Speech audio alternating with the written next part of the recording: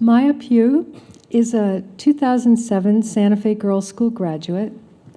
After graduating, she attended Santa Fe Prep for 1 year, then moved with her family to Iowa City, where she finished high school at a large public school. She then attended Luther College in Decorah, Iowa, graduating in 2015 with a degree in Communication Studies in Spanish.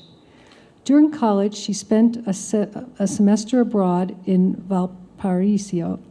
Did I say that right? Chile, followed by an internship in southern Chile, where she studied ecotourism and sustainable business in the area.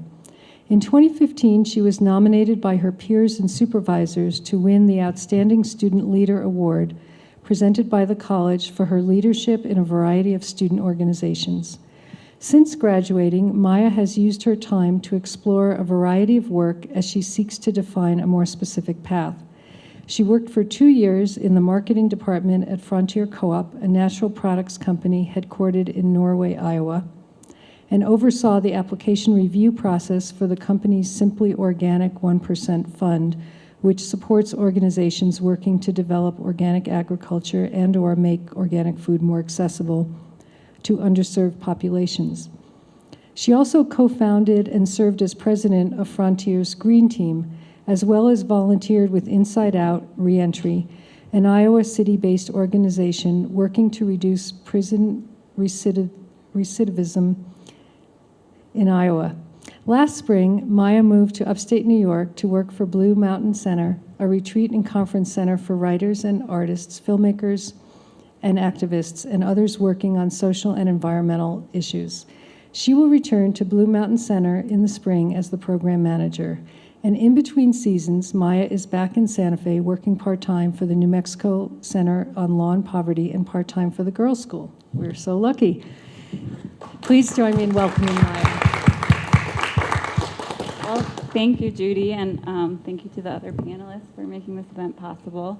I'm really grateful to be here. Having this conversation, I think, is really important, and also equally as grateful to have reconnected with the Girls' School after all these years. It's a place that certainly played a very formative role and a key part of my growing up years. So recently I was visiting a law school, and I was sitting in on a class, and the professor was giving a lecture about a property law case and asking questions of the students throughout the lecture. And after about 15 minutes, I noticed that only men had been called on to answer the questions. But only 4 or 5 questions had been asked so far, so I thought, well, maybe it's coincidence and women will be called on to answer the next 5 questions. But just in case, I started keeping a tally in my notebook. And so I counted how many men were in the class and how many women were in the class, and then counted how many times each was called on to answer questions. And it turned out that there were 13 women in the class and 7 men in the class, so almost twice as many women as men. And yet men were called on 25 times, while women were called on 12 times to answer questions. So that's almost half as many men taking up over twice as much of the question answering space, or the talking space.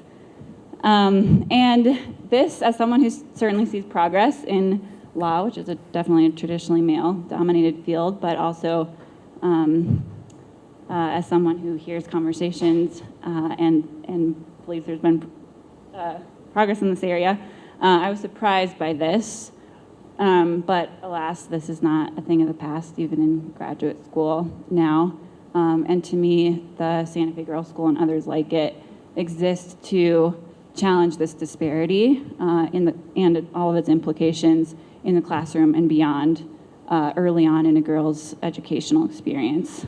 So I came to the Girls School in 7th grade, and prior to that in 6th grade, I thought I was in a fantastic social situation. I was energetic and athletic and flirtatious and quickly learning how to get the attention that I wanted.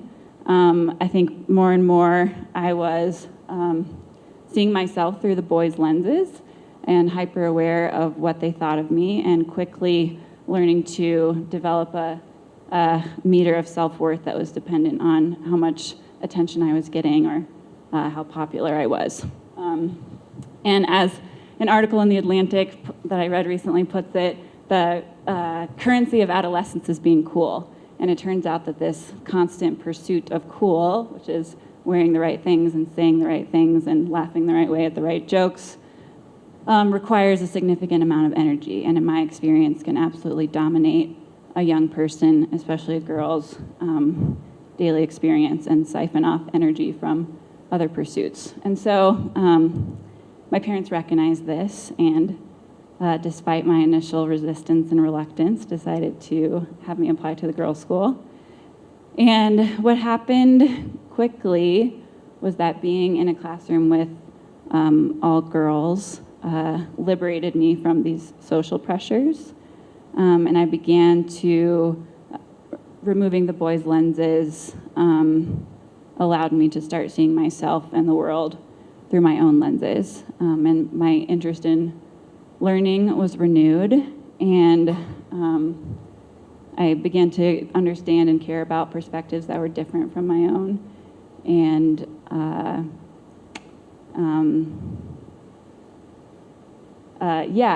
and from that renewed interest in learning sprang a capacity for critical thinking and a strong sense of agency to do something purposeful and a voice to do it with. So essentially, I think I realized that things didn't revolve around my small social bubble. Sort of my curiosity in the world beyond it was renewed, and I developed this strong sense that there was work to be done and that I was a person capable of doing it.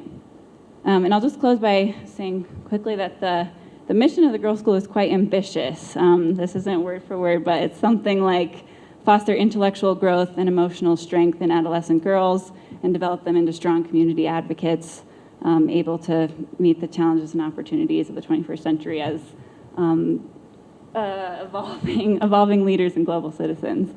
But this, nowhere in my memory as a teacher or a staff person repeating this mission to us, the goal for us to become women leaders and female strong advocates was not verbally drilled into us. I think rather it was so deeply embedded, the philosophy of the school and the effectiveness of single-sex education at this foundational developmental window was so deep and true that it organically allowed us to develop this inner strength and voice that we would carry with us through the rest of our schooling and into our work in communities. And I think that's a huge testament to the Santa Fe Girls School, but to girls' education in general.